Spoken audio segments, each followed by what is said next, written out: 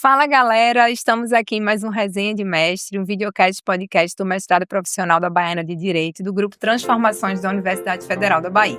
E aí, bora resenhar? E aí pessoal, estamos aqui hoje com a convidada muito especial, minha amiga, professora Carolina Ozeda. Carol é pós-doutoranda aqui pela Universidade Federal da Bahia, doutora em Direito pela Universidade Federal do Paraná, professora da FGV e advogada. Carol, seja bem-vinda! Finalmente conseguimos gravar, muito feliz de ter você aqui, de verdade. Bom, eu também tô feliz de estar aqui. Como é que você está na Bahia? Como é que você está nessa terra maravilhosa? Como todo mundo que está na Bahia fica feliz, alegre, satisfeito. Que bom, fico feliz de ter. Eu queria falar sobre algumas coisas, eu sei que você está no seu pós-doc, mas algumas perguntas que eu vou fazer envolve também boa-fé, que é um tema que é o nome de boa-fé. Então, Mas o foco da gente hoje é conversar muito sobre o artigo 142 do Código de Processo Civil de 2015, que é o teu objeto de pesquisa agora do pós-doc, né? E eu queria saber por que o 142 está onde está. Por que ele não está na parte de litigância de má-fé? Por que ele está na parte de poderes do juiz, já que ele fala em litigância de má-fé? Explica um pouco pra gente o que é que você acha disso. Então, essa foi a minha grande frustração com o meu tema. O tema foi sugerido pelo meu supervisor, o professor Fred Dias Júnior, e quando eu comecei a fazer a pesquisa, eu comecei a ficar muito frustrada. Frustrada do tipo desesperada, porque eu não conseguia entender por que o 142 estava lá, quando para mim, e aí não necessariamente para todo mundo, as condutas previstas no 142, que são simulação e fraude, já poderiam ser abrangidas pela litigância de má-fé. E o 142, ele é um dispositivo que ele é um pouco deixado de lado pela doutrina há muito tempo. Então, ele está ali nos poderes do juiz, mas ele é tratado um pouco como um dispositivo, vinha sendo tratado como um dispositivo irrelevante. Então, eu voltei para tentar entender, e aí, nesse ponto que a minha pesquisa se encontra, pelo menos eu encerrei esse ponto, eu deixei de estar frustrada, voltei no tempo, fui a Portugal, que é a origem dessa forma de tratar a boa-fé, e a descoberta que eu fiz, e foi mesmo uma descoberta porque foi difícil de chegar a essa conclusão, é que, assim como Portugal, o nosso CPC de 39, ele separou os ilícitos processuais. Então, no CPC de 39 não existia a figura da litigância de má-fé, isso é um fato, mas ali por volta do artigo 63 ele falava de práticas que hoje em dia se relacionam com aquilo que a gente chama de litigância de má-fé. Mas o 63 ele está no âmbito de responsabilidade processual, do tipo que você ressarce a parte contrária pelo prejuízo que você causou. A exemplo do que acontece no Código de Processo Civil português. Então, ele tem a ver com responsabilidade pelos danos que são causados pela prática desleal dentro do processo. Tá ali o nosso 63 do CPC de 39, a exemplo mais ou menos da mesma organização que a gente tem no CPC português. Por outro lado, o artigo, à época, agora eu não lembro, é o 115. O 115 do CPC de 39, que acaba virando o 129 do CPC de 73 e o 142 do CPC de 2015, ele estava na parte de poderes do juiz. E a explicação para isso é que ele não é relacionado à responsabilidade processual. É um ilícito que tem tudo a ver com o caráter publicístico do processo. Ou seja, enquanto no começo, e essa organização segue até hoje, o que é injustificável na minha opinião. No começo do código, quando a gente fala de atos de deslealdade, a gente está querendo proteger as partes, quando a gente chega à época no 115, a gente está querendo proteger o estado da deslealdade praticada por ambas as partes. Ou até por uma só, mas é um ilícito que o legislador ele entende que é praticado exclusivamente em face do Estado. E essa distinção era importante em 39, porque em 39 eu não podia, e na primeira versão do CPC de 73, e por isso ela é reproduzida, eu não podia ter o reconhecimento do ato ilícito da litigância de má-fé de ofício pelo juiz. Então você pega em 39, tinha que ser requerido. Como tinha que ser requerido, essa hipótese de simulação e fraude, o legislador previa que não ia ser requerido por ninguém, porque as partes estariam em conluio para prejudicar terceiros ou Estado. Como ninguém ia requerer, ele precisou ser deslocado para os poderes do juiz. No CPC de 73, primeira versão, ele vem também dessa maneira, separado, porque no CPC de 73, na origem, a litigância de má-fé, apesar de nascer, né, no CPC de 73 enquanto figura autônoma, ela continuava não podendo ser deferida de ofício. Essa condenação não poderia ser feita de ofício.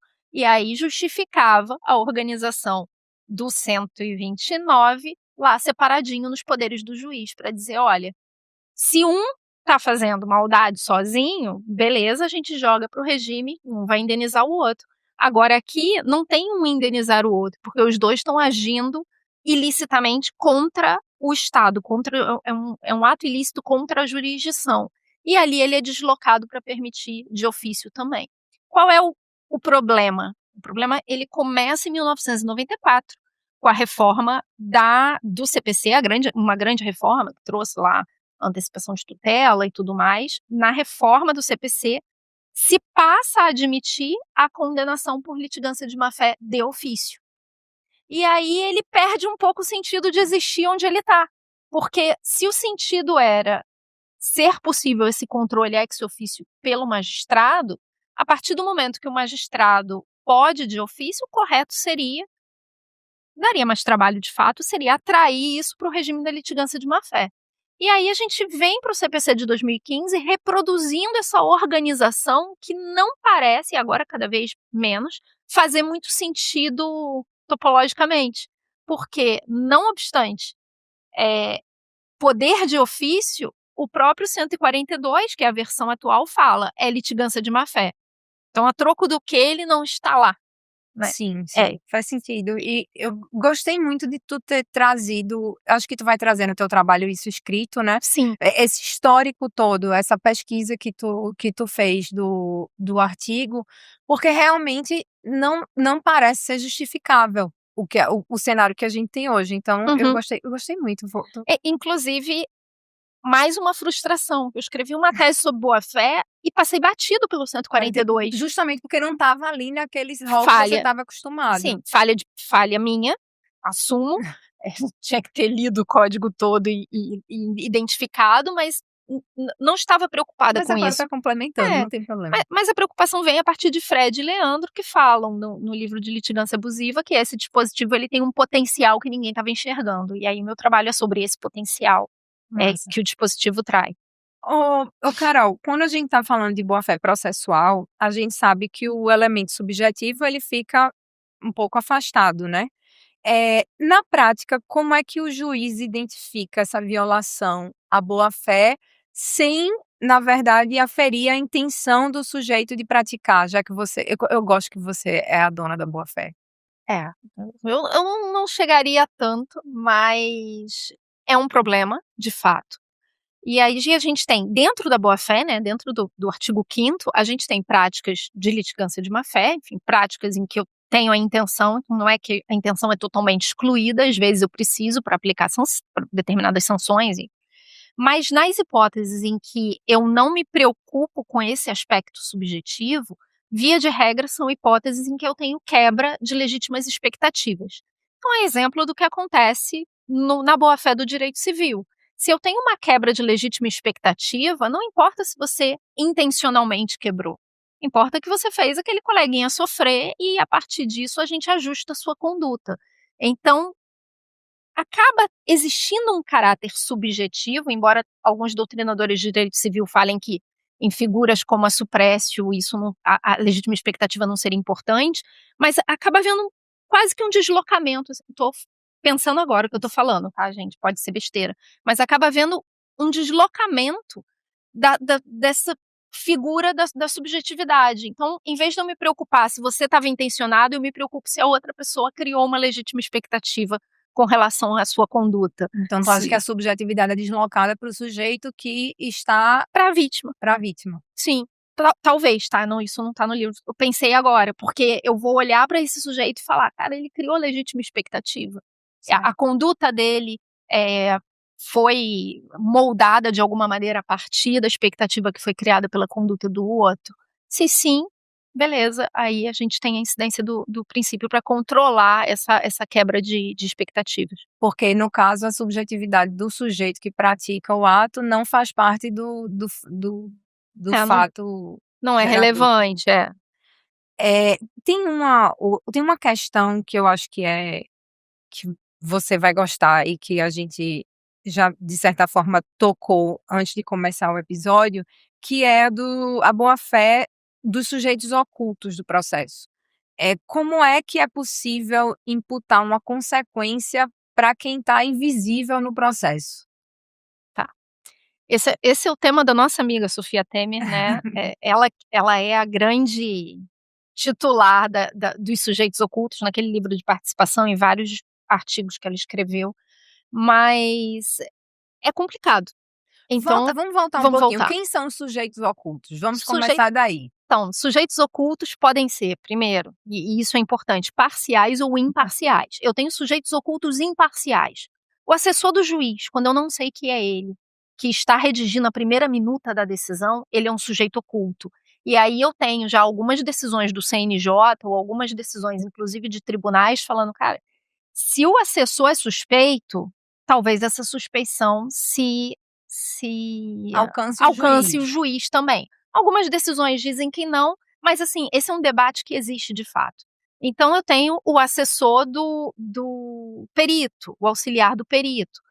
Com relação aos sujeitos imparciais, acho que a ideia principal é que a gente tire esses indivíduos do ocultismo, né? Que eles sejam tornados aparentes para que a gente tenha um processo mais leal.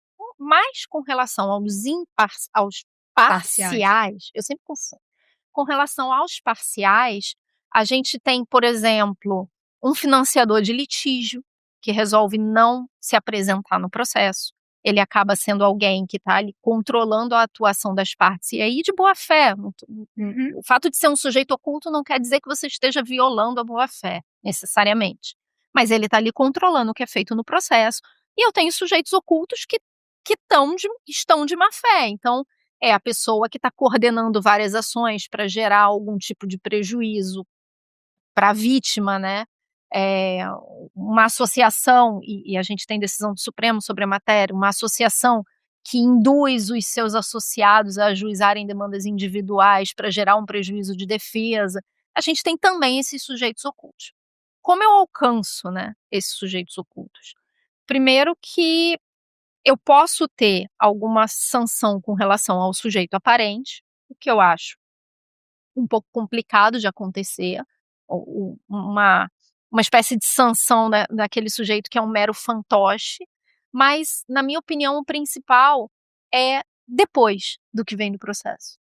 Porque se esse sujeito é oculto e ele participa, apesar dele não ser aparente, teoricamente os efeitos da coisa julgada ou qualquer tipo de estabilidade que decorra daquela atividade processual não vai atingir esse sujeito. Na minha opinião, tem que atingir.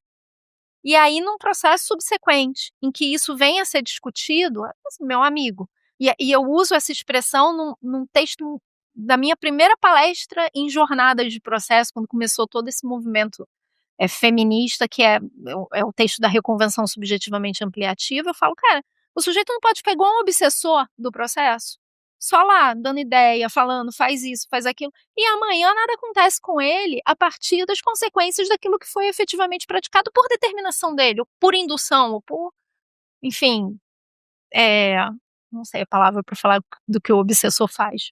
Enfim, espíritas me ajudem. Mas as coisas acontecem porque ele tem a mão dele ali. Então, isso tem que ter alguma repercussão para ele. É claro que dentro do processo, se ele está escondido, vai ficar muito difícil de alcançar. Mas amanhã a gente pode, eventualmente, tratar esse sujeito que, olha, meu amigo, tem alguma estabilidade, eu não estou dizendo qual, enfim, mas alguma estabilidade tem que ter, porque você participou ativamente daquilo que aconteceu. Então, acho que basicamente é isso. Embora, assim, por exemplo, nos Estados Unidos, no caso do litígio do nascimento do Obama, a gente teve a punição direta da advogada que organizou, que orquestrou tudo. Então, pode acontecer também eu trazer esse sujeito, desocultar esse sujeito e aplicar uma sanção. Não vejo problema nisso também. Eu queria saber uma coisa, do 142, tu já disseste que no teu pós-doc o tema veio a partir de Fred, né? Uhum. E o Boa-Fé veio de onde? De Fred. Também. De Fred também. De Fred também, porque Fred tem um livro que chama Fundamentos da Cooperação no Direito Português, que, Sim. salvo o melhor juízo, é o pós-doc dele. E no final desse livro ele faz uma provocação que ele diz, olha, a gente precisa estudar melhor a relação da boa-fé processual com a boa-fé no direito civil, com toda a construção que foi feita na boa-fé no direito civil. E esse foi o objetivo da minha tese, embora, sinceramente, Fred não seja o maior fã da estrutura que eu criei, mas é fato que foi a partir dessa provocação dele que a tese foi construída. Eu já gostava de boa-fé no direito civil, já conhecia, estudava bem o tema e achei que era uma oportunidade da gente tentar trazer toda a teoria da professora Judite pro direito processual. Foi o que eu tentei fazer na tese. Que massa. E tem, fora a professora Judite, assim, que agora eu já sei, tem algum autor, alguma obra, assim, que tu acha que tenha sido decisivo para como você enxerga a boa-fé e o processo? Fora a professora Judite. Que eu acho que ela é o marco. Sim. O professor Eduardo Talamini, que foi meu orientador no doutorado, ele, apesar de não ter escrito um livro sobre boa-fé no processo, quando você lê a obra dele, fala de capa a capa, de cabo a rabo, né, quando você se aprofunda na doutrina dele, você vê que tem muita coisa atraindo boa-fé no direito civil para o processo. Então, ele tem pareceres em que ele fala, olha, venire contra factum próprio.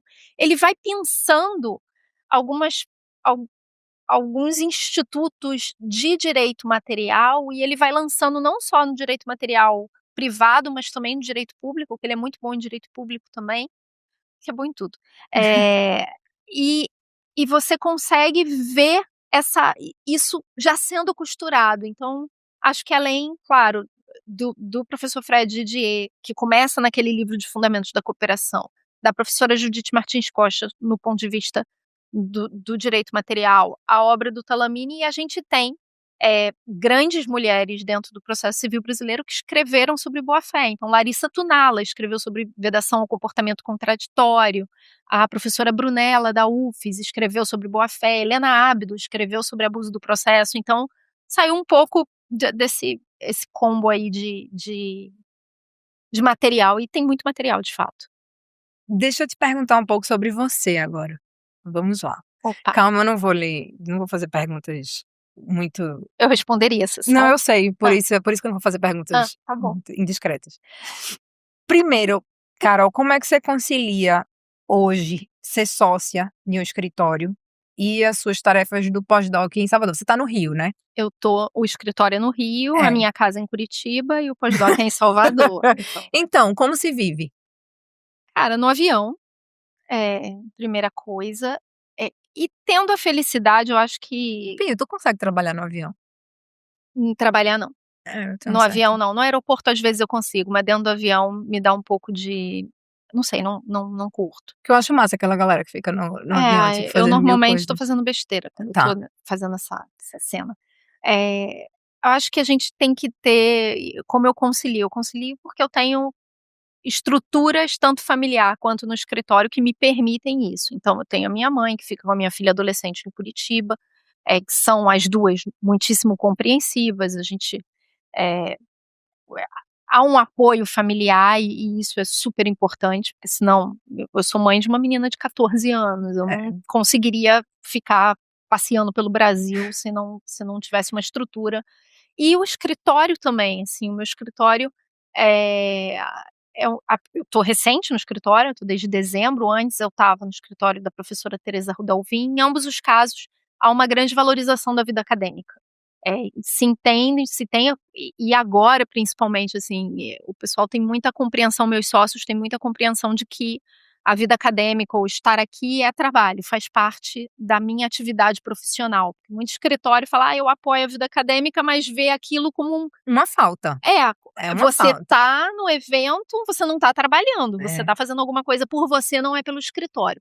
Não é esse o racional, pelo menos, dos meus sócios hoje em dia, assim, é uma visão de está lá, está levando o nome do escritório, está se desenvolvendo, está conhecendo gente, fazendo network. Então, essa blindagem do escritório também de aceitar isso, aceitar essa posição é o É que essencial. é o que faz conseguir, né. Então, se não fosse, a rede de apoio em casa e E no nos trabalho, seria de fato E mais como difícil do que foi é. que era sair assim, porque sempre quando eu ia te encontrar nos eventos lá em Curitiba, eu te via feliz lá, sempre tive muito feliz. Uhum. Como foi voltar para o Rio? Então, felicidade é um negócio esquisito, né, assim, eu não me adaptei a Curitiba.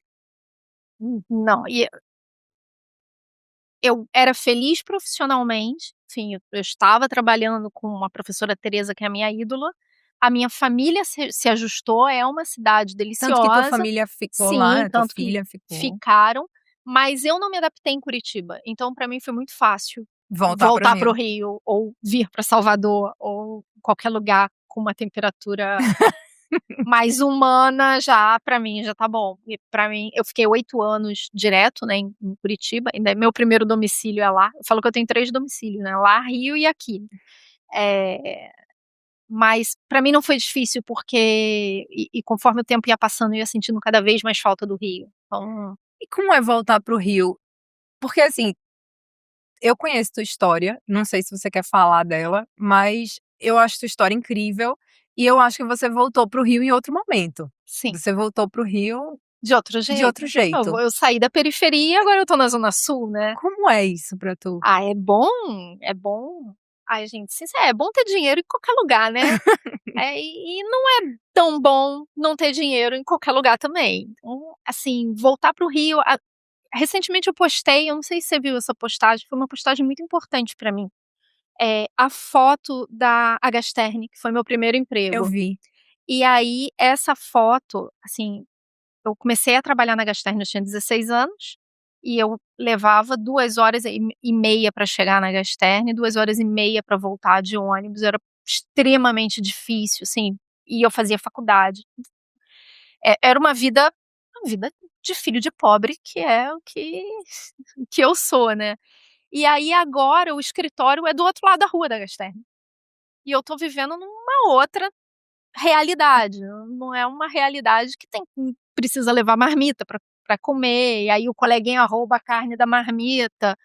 Enfim, eu não passo mais o ônibus lotado e tudo que acontece com as mulheres dentro de um transporte lotado, eu não passo mais por essas coisas, então é uma sensação de realização, assim, é bem, quando eu vi a Gastern, assim, eu bati a foto, eu falei: "Cara, que emocionante, né".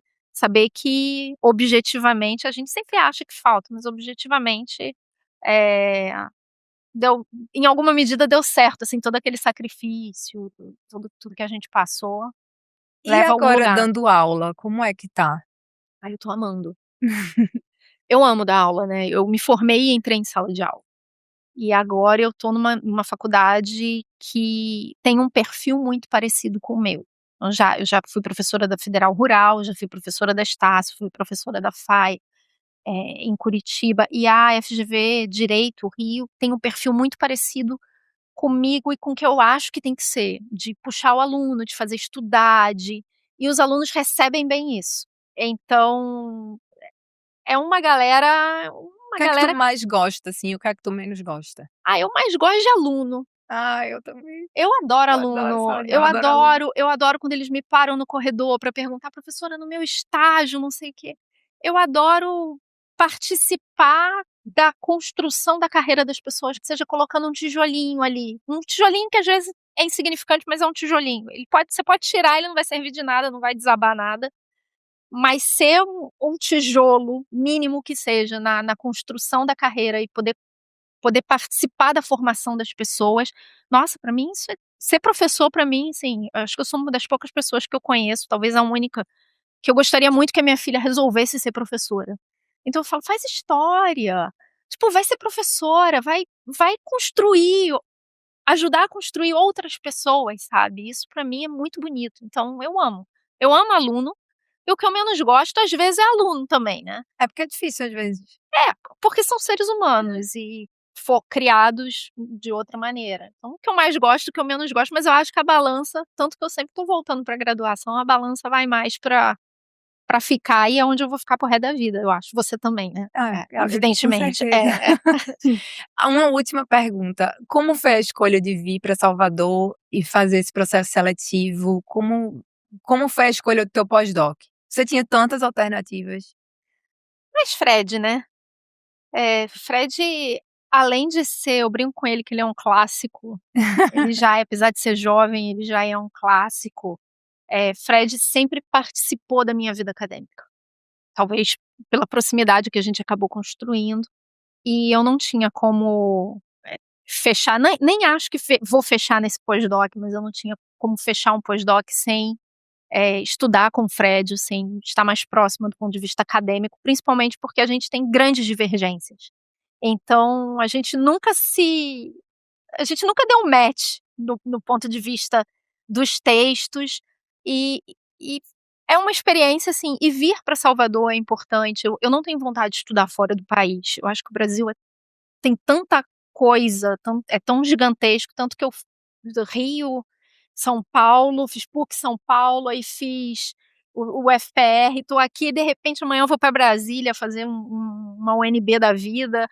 O Brasil é tão rico e a gente tem escolas tão ricas e eu achei que vir para o Nordeste era... dou aula na Faculdade Baiana, na pós-prêmio também, então minha família é de Salvador, então para mim foi uma experiência e tem sido uma experiência, assim, sensacional.